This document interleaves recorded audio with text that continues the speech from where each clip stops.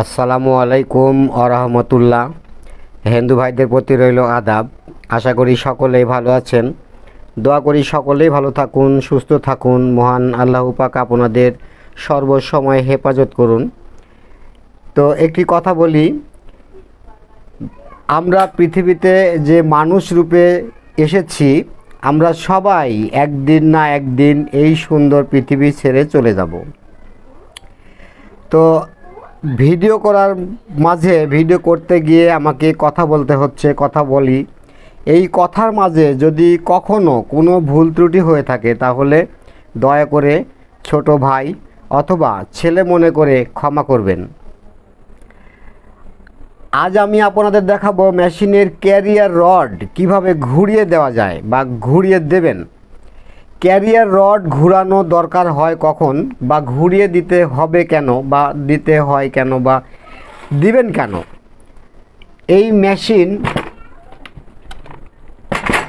এই যে দেখছেন শাটেলটা, আমি ববিন কেসটা খুলে নিই। এই যে শাটেল, এই শাটেলটার কাজ হলো, ভালো করে বুঝুন, এই সুতাটাকে ধরা।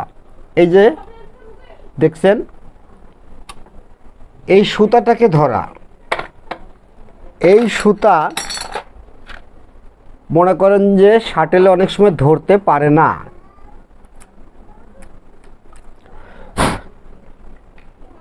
এই যে যতবার মনে করেন যে এই যে এইভাবে, এইখানে মনে করেন ববিন কেস আছে, এইভাবে সুচটা উপরকার সুতাটা নিয়ে আসলো এবং এইভাবে একটি প্যাঁচ দিল ববিন কেসের সাথে, এই প্যাঁচটি কিন্তু উঠে আসলো। আর সেলাই কিন্তু এইভাবেই হয়, এই প্যাঁচটি পড়ে এবং সেলাই হয়। তো যাই হোক, অনেক সময় অনেকের ফলস মারে, আমাকে বলে ভাই সেলাই ছেড়ে দিচ্ছে, বারবার করে সেলাই ছেড়ে দিচ্ছে। তা আমি ওনাকে বলেছি যে আপনি একটু ক্যারিয়ার রডটি ঘুরিয়ে দিন। তো উনি আমাকে প্রশ্ন করলেন ক্যারিয়ার রড কিভাবে ঘোরাবো। আসলে ক্যারিয়ার রড কিভাবে ঘুরিয়ে দেবেন এই ভিডিওটা আমার করা নাই, তাই আমি আপনাদেরকে বুঝিয়ে বলতেও পারছিলাম না।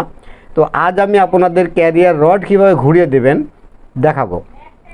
এই ক্যারিয়ার রডটা কেন ঘুরিয়ে দিতে হয়, এই যে এই শাটেলটি, এই যে মনে করেন যে এইখানে যে ফাঁকটা আছে, যে ডিস্টেন্সটা আছে, এই শাটেলের মাথাটি আরও যদি এইদিকে আমি একটু আগিয়ে আনি, মানে এইভাবে যদি আগিয়ে আনি, তাও কিন্তু এই সেলাইটি ধরবে।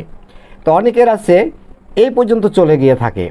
এই পর্যন্ত যখন চলে গিয়ে থাকে তখন যখনই মনে করেন যে আমি যদি শাটেলটি ঠিক এইভাবে রেখে মেশিনটি ঘুরিয়ে তুলি, তাহলে দেখুন মিস করবে, অর্থাৎ সামান্য একটু কিন্তু বেঁধেছে, মিস করার সম্ভাবনা আছে, অর্থাৎ এতখানি যাবে না। শাটেলের মাথাটি ঠিক এই মাপে থাকতে হবে, এই মাপে। তো অনেকের মেশিনে এই জায়গাটায়, এই যে দেখুন আমি দেখাই, এই জায়গাটায় পিন সিস্টেম করা আছে।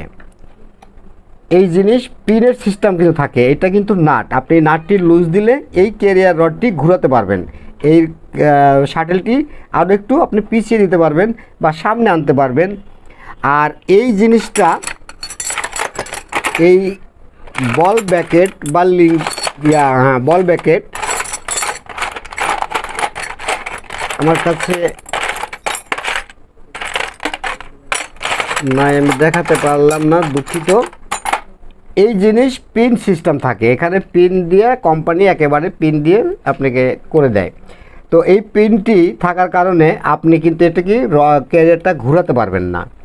আর এই পিন সিস্টেমটায় এই বলটি চলতে চলতে বলটি কিন্তু ক্ষয় হয়ে যায়। আর যদি মনে করেন যে এক সুত ক্ষয় হয়, তখন কিন্তু ওই শাটেলটি ব্যাকে চলে যায়। আর যখন ব্যাকে চলে যায় তখন রিটার্ন আসে,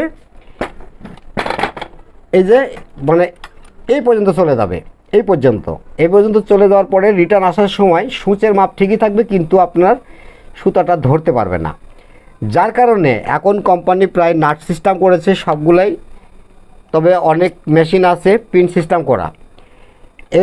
এই যদি কোনো সময় যদি আপনার মেশিনে সুচের মাপ ঠিক আছে, শাটেলের মাপ ঠিক আছে, নতুন শাটেল, কিন্তু আপনার ফলস মারে, সেই ক্ষেত্রে আপনি ঠিক এমনি করে এই নাটটি ঘুরিয়ে দেবেন। এই নাটটি একটু লুজ দিলে ক্যারিয়ার দেবেন, দেখুন ক্যারিয়ার কিন্তু ঘোরানো যায়, এইদিকে রাখুন এইদিকে রাখুন, রাখতে পারবেন।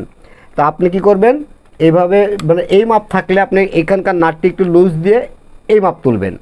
আবার আপনি মেশিনটি এখানে হালকা চালিয়ে দেখবেন। হ্যাঁ, এখানে আরেকটি ব্যাপার আছে, এই নাটটি যখন আপনি লুজ দেবেন তখন অবশ্যই এই নাটটি লুজ দিয়ে রডটি ঘোরানোর পর এই সাইডে একটু কিছু দিয়ে বাড়ি দেবেন। এই যে একটু কিন্তু লুজ থাকতে হবে, আবার যদি একেবারে জাম হয়ে যায় তাহলে কিন্তু হবে না। একটু লুজ মানে একবার স্লাইড, আপনি দেখবেন ঘুরিয়ে মেশিনটি ফ্রি আছে কিনা। তারপর আপনি নাটটি টাইট দেবেন, টাইট দেওয়ার পরে আপনি আবার সেলাই করে দেখবেন যে সেলাইটা অ্যাকুরেট হচ্ছে কিনা, এবং প্রত্যেকটি দানা ধরতে হবে। মেশিনের প্রত্যেকটা বার যতবার সেলাই করবেন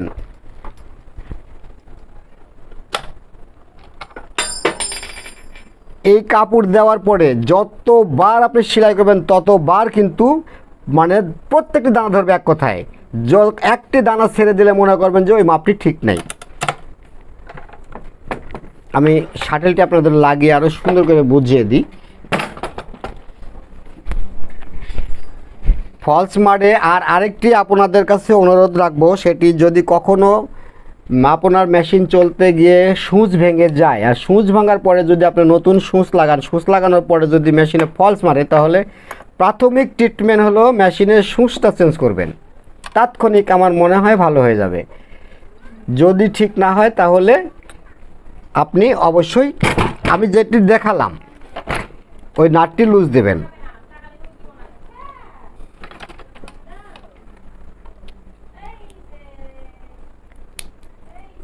একটি দুটি দানা কিন্তু ফলস মারে, অনেকের কিন্তু মোটা কাপড়ে ফলস মারে।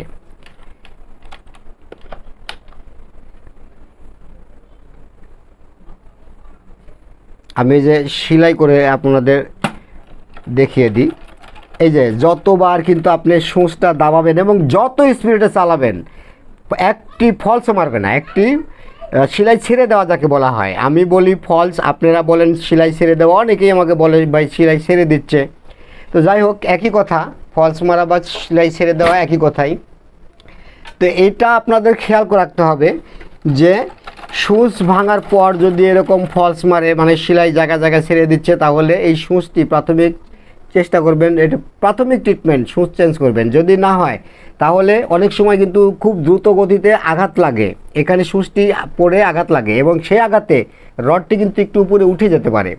যদি বাই চান্স এই রডটি একটু উপরে উঠেই যায় তাহলে এই ডাইন সাইডে দেখবেন একটি ছিদ্র আছে, এই ছিদ্রের মধ্যে এরকম একটি স্ক্রুড্রাইভার ঢুকিয়ে দেবেন, দেখবেন একটা নাট পাশে, সে নাটটির সাথে বাঁধিয়ে প্যাঁচটি একটু লুজ দিয়ে সুঁচটি নামানো যাবে, উঠানো যাবে। আপনি আপনার মাপে করে নেবেন।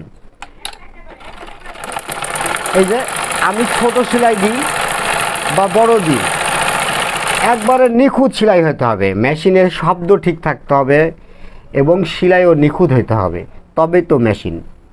এইটার যেমন আমি আরেকটি জিনিস বিষয় বলে দিই, এই যে এপারে দেখুন কত সুন্দর একটি সেলাই হয়েছে, কিন্তু এপারকার সেলাইটা খুব একটা কিন্তু ভালো হয় নাই। এর মানে হলো এই সুতাটা ববিন কেসটায় নিয়ে যাচ্ছে বেশি। এখানে একটু টাইট দেবেন, উপরে একটু টাইট দেবেন, নিচে এবং উপরে একই রকম সেলাই হতে হবে, তবেই হলো মেশিন। আর এই সেলাই সুন্দর করতে হলে আমার ভিডিওগুলো দেখুন। আপনারা আমাকে কমেন্ট করার আগে আমার ভিডিও, আপনার যে সমস্যা হচ্ছে সেই সমস্যা নিয়ে আমার ভিডিওগুলো দেখুন। আমার মানে ভিডিওর মধ্যে, আমার চ্যানেলের মধ্যে প্রায় সব রকম ভিডিও দেওয়া আছে। একটা না একটা ভিডিওতে আপনি সমাধান পাবেন, অবশ্যই 100% সমাধান পাবেন। আপনি আমার ভিডিও দেখুন, অবশ্যই সমাধান পাবেন। তো আজ এ পর্যন্তই, সকলেই ভালো থাকুন, সুস্থ থাকুন। আল্লাহ হাফেজ। আসসালামু আলাইকুম ওয়া রাহমাতুল্লাহ।